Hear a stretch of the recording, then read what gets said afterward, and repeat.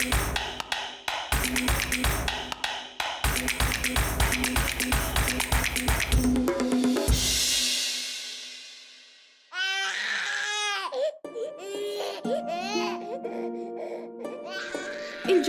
u l-aħwa kbar fostna jafu sew xiġifieri meta tarbija ma tkunx trid torqod.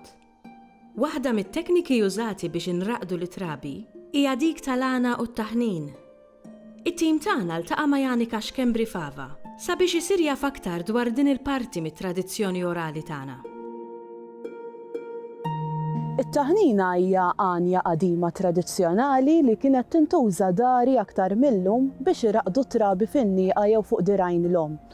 Huwa ġeneru l bħal kull qasam ta' tradizzjoni orali għandu wkoll xi varjanti li ħafna minnhom ġabarhom Ġużè Kassar Puluċino f'taħnin u għana tan-nieqa fl-ħen il-Malti ta' Settembru-Diċembru tal-1949. Hija għanja ħelwa b'noti tilgħin u niżlin blan li jħeddlu jiraqdu lit-tarbija. Ngħidu aħna kif tinstema din it-taħnina mill-album Folkways.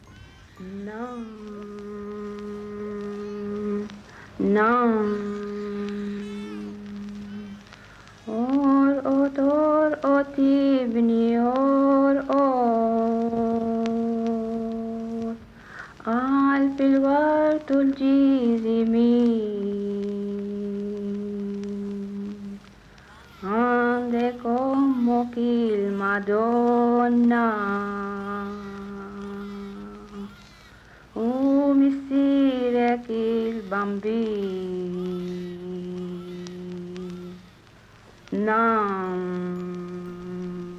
Interessanti li f'xi waqt it-taħnina l-om tanni nam li aktar xflanja tinstema l-am.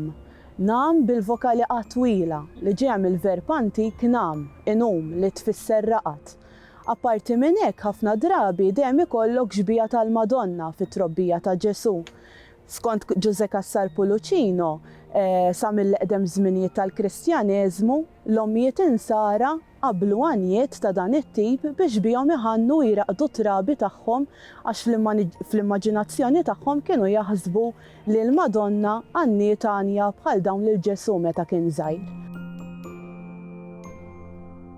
F'dawn it-taħniniet ikun hemm dialogu ħafna drabi bejn il-Madonna u Ġesu, ngħidu aħna kif jidher f'din it-taqbila ħelwa li ġabar Kassar Puluċino mimlija patos.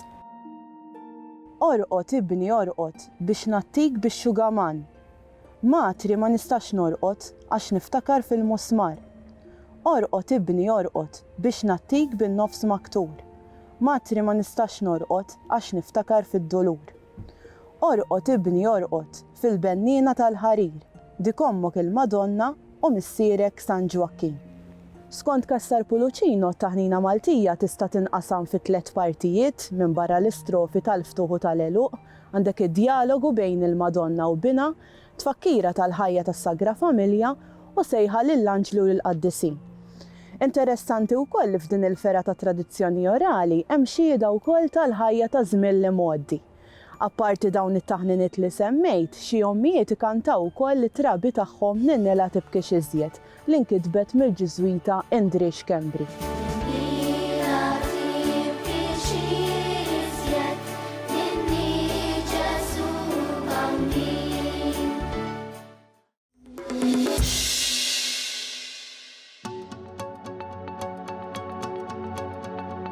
John Portelli huwa kittieb u professur tal-edukazzjoni li jgħix bejn Malta u l-Kanada. John tkellem magħna dwar l-esperjenza lingwistika tiegħu f'dawn iż-żewġ pajjiżi u dwar is-sena tal-kitba, sena li baqa' jipprattika minkejja li jgħix il-bogħod mingħajr twelidu.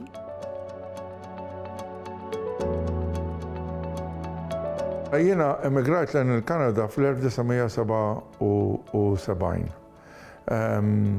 Jiena fid-dar fil-familja tiegħi mal-mara li hija Maltija u mat-tfal li twildu hemm, aħna dejjem tkellimna bil-Malti. Sintendi jafu bl-Ingliż, jafu bit-Taljan imma u bil-Franċiż, imma aħna id-dar dejjem tkellimna bil-Malti. Għal dik li hija letteratura jiena dejjem ktibt bil-Malti. Bdejt nikteb bil-Malti meta kont għadni Malta u komplejt nikteb bil-Malti. U l-kitba letterarja tiegħi għattapposta niktibha bil-Malti biex nagħmel statement politiku dwar il-Malti. M'għandi xejn kontra l-Ingliż, kotba akademiċi ktibt xi 11, artikli bl-Ingliż ktibt ħafna, imma għal dik li hija letteratura inħoss li għandi dejjem nikteb bil-Malti. Qabel emigrajt lejn il-Kanada kont nikteb poeżiji li ġew pubblikati f'antoloġiju, kont nikteb ukoll essays, kont qabel tlaqt irbaħt premju għal essay li kont ktibt u sottomettejt. Mbagħad bqajt nikteb essenzjalment il-poeżija. Sintendi jiena għal żmien twil iffokajt fuq ix-xogħol akademiku, imma il-poeżija baqgħet għal-qalbi u hemmhekk ippubblikajt 4 ġarbriet ta' poeżiji bil-Malti u wkoll maqlubin għall-Ingliż u wieħed minnhom l-Ingliż u bil-Franċiż. Imbagħad dal-aħħar 8 snin bdejt nifoka aktar fuq il-prosa. Jiġifieri ir-romanz, Kulħadd barra fajża u żewġ ġabriet ta' stejjer. Wieħed minnhom li nqaleb ukoll għall-Ingliż.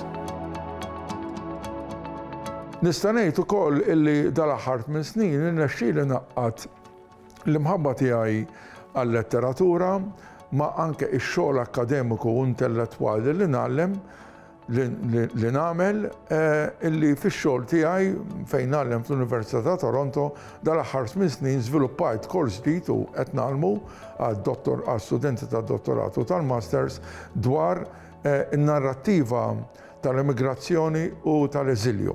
U allura hawnhekk qed naqqad issa l-imħabba tiegħi għal-letteratura ma' dak ix-xogħol akademiku. U jiena bir-rispett kollu ġejt għall-konklużjoni li l-aktar xogħol intellettwali li jista' jagħmel effett fuq is-soċjetà naħseb huwa x-xogħol letterarju u mhux ix-xogħol riġidu akademiku. Il-kittieb hu dak li hu. U kittieb bħala bniedem jew bniedma għandu diversi identitajiet.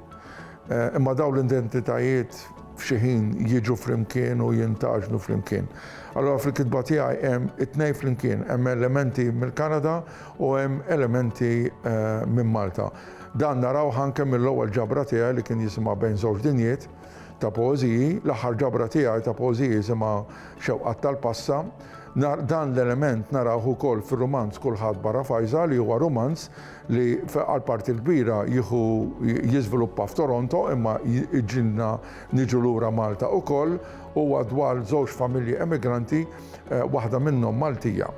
U hawnhekk insibu elementi li naħseb jiena fil-proża tiegħi ssib jiġifieri r-realiżmu eżistenzjali bit-tensjonijiet tar-relazzjonijiet, it-tensjonijiet tal-ħajja tal-immigranti u l-konflitti li l-karattri jiltaqgħu magħhom meta ikollok konflitti bejn drawwiet ngħidu aħna Maltin u drawwiet barranin. Din hija waħda mit-temi ewlenija fil-kitba tiegħi kif ukoll il-konflitti soċjali, politiċi illi insibuhom fil-kitbit tiegħi. Kemm aspettivi politiċi, aspettivi soċjali bħall-abort u affarijiet oħrajn bħal dan.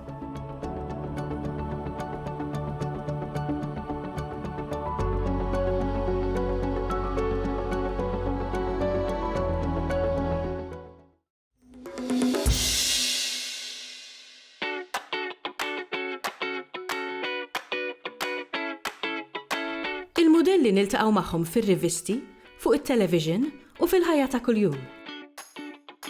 Kif ukoll fil-klassi tal-Malti. Bosta drabi meta ninfixlu fil-kitba ta' verbi blajni u blakka, arana nduru għal-modelli. Il-verbi blajn u blakka li l-aktar li ħabtuna huma trilitteri. Jiġifieri dawk il-verbi li fihom 3 konsonanti fl-eruq. Dawn nistgħu naqsmuhom fi 3. Il-verbi blajn fil-bidu, ngħidu aħna għalaq jew għamel. Il-verbi blajn fin-nofs, ngħidu aħna bat u lab. U l-verbi blajn fl-aħħar, ngħidu aħna seta u waqa'. Billi l-konsonanti għajn u R għandhom karatteristiċi simili, spiss insibu verbi bl-R bħala modell għal dawk blajn. Per eżempju, għal verbi blajn fil-bidu, kemm il-darba ninqdew bil-modell rifes. Huwa importanti ħafna li l-modell ikun fl-istess temp, jiġifieri tense, bħal verb blajn. Mela jekk għandna l-verb għamlu fil-perfett, il-modell irid ikun huwa wkoll fil-perfett, rifsu. Jekk għandna l-verb fl-imperfett, il-modell ukoll irid ikun fl-imperfett. Nirfsu. L-istess jgħod tal-futur, jiġifieri rridu nikdbu se nagħmlu, għax il-modell jinkiteb se nirfsu. Għal-verbi li jkollhom line fin-nofs, bosta drabi ninqdew bil-modell seraq. Dan ifisser li nikdbu verbi bħal batna u labna bħalma qed jidhru fuq l-iskrin, fuq il-modell sraqna. Għal-verbi b'line fl-aħħar imbagħad nistgħu nużaw il-modell kiser. Dan ifisser li nikdbu l-verbi setaw u waqgħu fuq il-kelma kisru. F'dan il-każ, irridu noqogħdu attenti billi xi drabi line tinbidel f'je. Ngħidu aħna fistajna u fwaqajna. Żewġ tipi oħra ta' verbi b'line li spiss iħawduna huma l-verbi moħħfija b'line fl-aħħar, bħal bih, u l-verbi tat-tielet forma b'line fin-nofs, bħal ried. Għal bih nistgħu nużaw il-mudell ħiet kif muri fuq l-iskrin.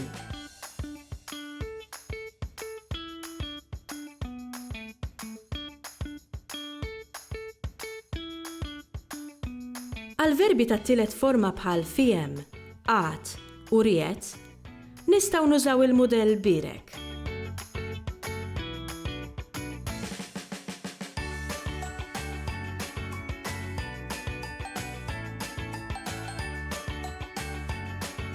Meta nitalmu nħadmu ftit modelli sew, inkunu nistgħu nikdbu mijiet ta' kelmiet b'mod korrett. Nittamaw li b'dawn il-ftit modelli li wrejnikom illum, nifrankawlkom ħafna u ħafna żbalji.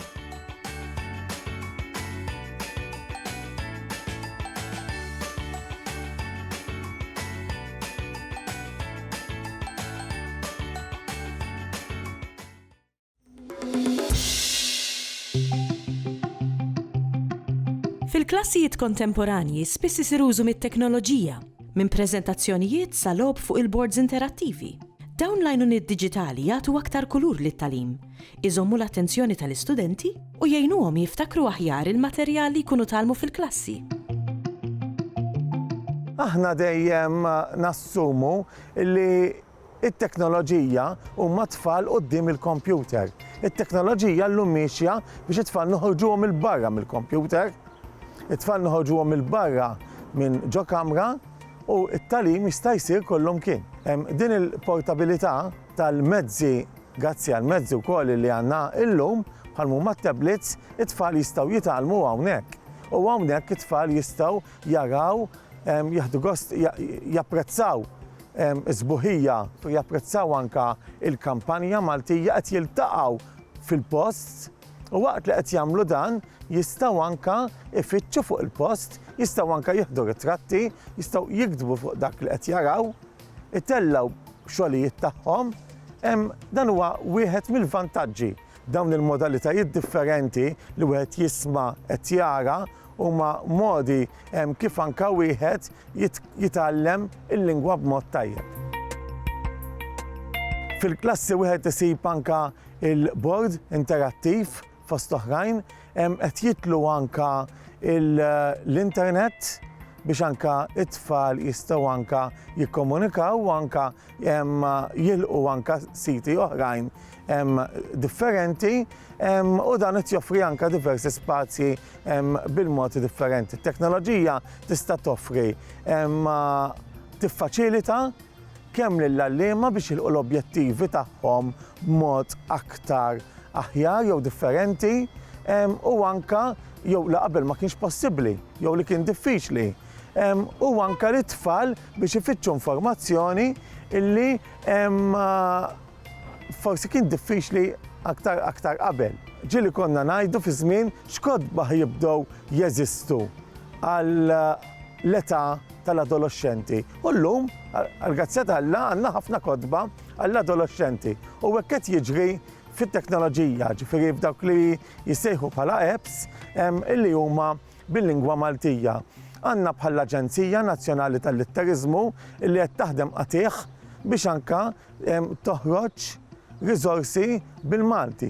Id-Direttorat tal-Litterizmu Diġitali li anke beda anke daw in-numru ta' attivitajiet u anka kompla b'riżorsi anki affarijiet oħrajn anka bil-Malti. Ġifieri għandna diversi biex ma nsemmix ukoll kumpaniji Maltin.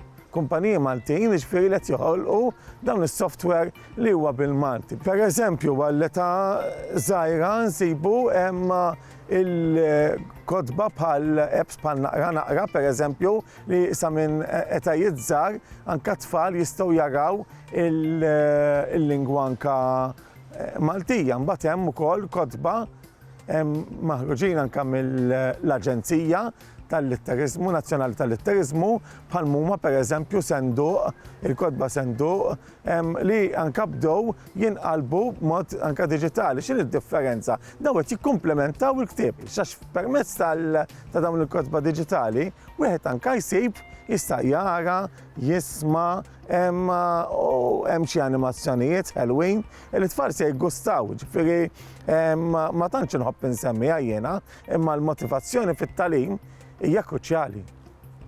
Ġifieri li wieħed jieħu gost fiha nfisha għandha u hemm diversi riċerka li turi dan il-vantaġġi anke tagħha.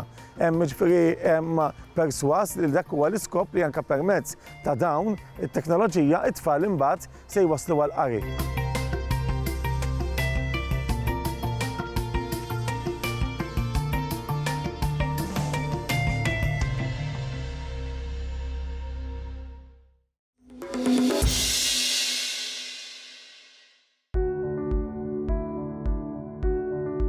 Bosta huma dawk li jsibu l-faraġġ f'xi ktieb meta jinġabru ġewwa l-kwiet, jew imorru mixja waħedhom fis-skiet.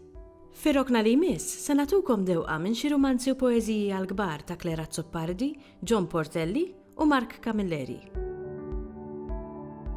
Il-mama ħallitni mal-papa u r-ritratti ta' fuq it-tavolina fis-6 ta' Jannar tal-1987.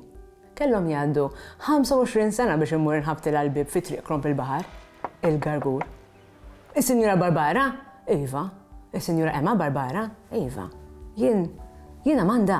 M'intix tarafni? Amanda? Amanda. Amanda tiegħi? Ruħi, Amanda kemm kbirt? Għaddew ftit snin, għaddew ftit mhux ħażin. Bagħad ħares lejja lejn kull linja fuq wiċċi qisha kienet qed tipprova taraf xi waħda minnhom. F'dik il-kesħa u s-sikta tal-Gargur f'Jannar, ħallejta tellajda l-leminija u tmisli wiċċi bħal xi ħadd nieqes mid-dawl. Isu mhux ċert jekk dak li qed imiss kienx tassew wiġbinta. Se nibqgħu fuq l-għadba fil-ksieħ. Jien imdorrija fil-ksieħ ma dak kien skit ieħor skit skomdu u jien ma kontx naf kif kelli nġib ruħi. Se nħallik mela niġi darbora fil-każ. Meta ħer niġi fil-ħodu forsi, le tħolli għara jisax għax hawn il-bartu kemm kesaħ dal-aħħar hux, kemm kbir ta' Amanda. Tarax it-taqlib ta' l-imbarazzu għaw ġen ħanini għax jisili ftit ma nisbarazza, propja kont dejn nisbarazza ta' ma jien kollox bil-motu għaw wis minn tixtara.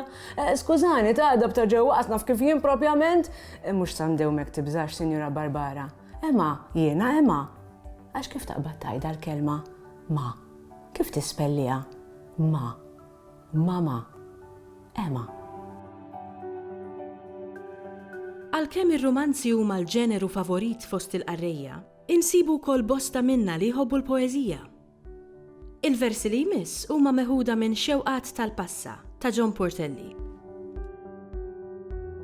Niftakar fit-tfuliti laj ta' ħerqana ta' British Go Home u bħal donnu ruħna s-saffiet makulajta ek kif kantajna b'qima u brabja Kristus vincit, Kristus renjat. Illum, inżur Malta tal-Unjoni ma' sħabi Kanadiżi u b'mistħija u rabja naqra fuq ħajt ta' sejjieħ. Africans, go home. L-aħar silta likom f'din ir-rokna hija meħuda mis-sensiela polizjeska dwar Gallo, l-ispettur ċelebri maħluq mill-awtur Mark Camilleri. Titieħu qabel titlaq? Neil DeGiorgio ma kienx wieħed li joqgħod lura fejn jitlu drinks wara ġurnata xogħol. Mbagħad birra f'dik is-sħana tal-bidu ta' Ġunju kien dejjem tinżillu wasel.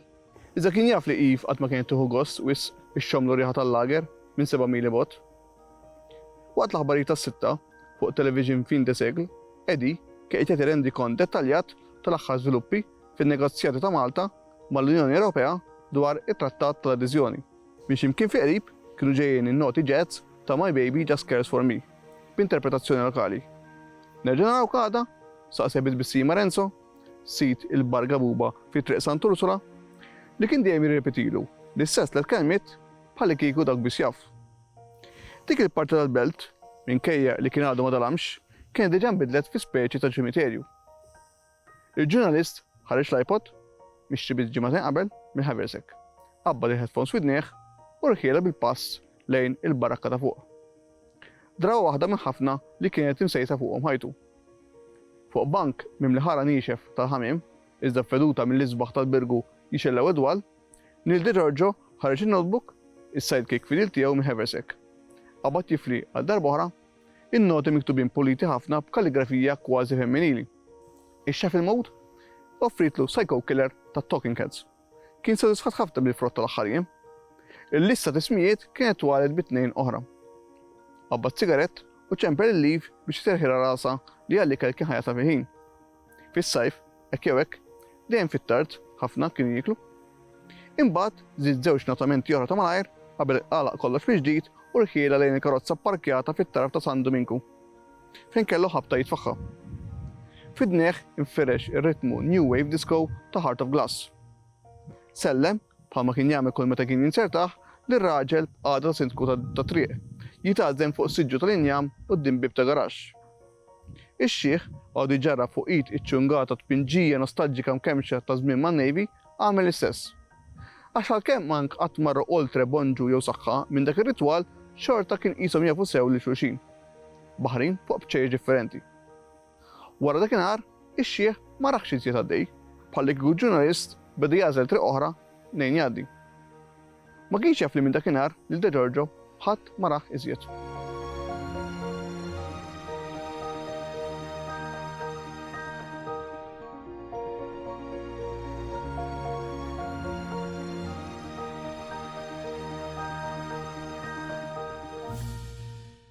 Il-Sinna jixtieq jirringrazzja lill-Kunsill Nazzjonali tal-Ilsien Malti, lid-Dipartiment tal-Malti fil-Fakultà tal-Arti l-Università, lill-Ministeru għall-Edukazzjoni u x-Xogħol u lill-Aġenzija Nazzjonali tal-Litteriżmu.